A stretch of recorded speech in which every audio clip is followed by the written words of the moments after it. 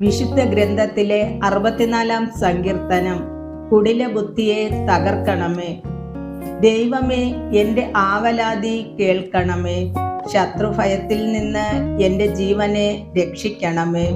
ദുഷ്ടരുടെ ഗൂഢാലോചനകളിൽ നിന്നും ദുഷ്കർമ്മികളുടെ കുടിലതന്ത്രങ്ങളിൽ നിന്നും എന്നെ മറയ്ക്കണമേ. അവർ തങ്ങളുടെ നാവുകൾ വാളുപോലെ മൂർച്ചയുള്ളതാക്കുന്നു. അവർ പരുഷവാക്കുകൾ അസ്ത്രം പോലെ തൊടുക്കുന്നു.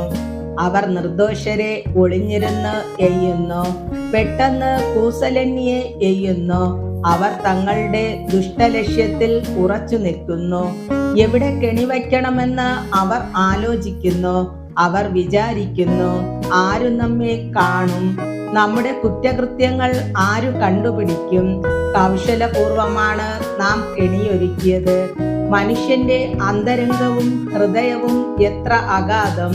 എന്നാൽ ദൈവം അവരുടെ മേൽ അസ്ത്രമയക്കും.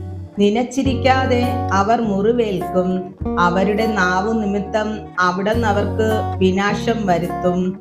കാണുന്നവരെല്ലാം അവരെ പരിഹസിച്ചു തല കുലുക്കും. അപ്പോൾ സകലരും ഭയപ്പെടും. അവർ ദൈവത്തിന്റെ പ്രവൃത്തിയെ പ്രഘോഷിക്കും. അവിടുത്തെ ചെയ്തികളെ കുറിച്ച് ധ്യാനിക്കും. നീതിമാൻ കർത്താവിൽ സന്തോഷിക്കട്ടെ. അവൻ കർത്താവിൽ അഭയം തേടട്ടെ. പരമാർത്ഥ ഹൃദയർ അഭിമാനം കൊള്ളട്ടെ.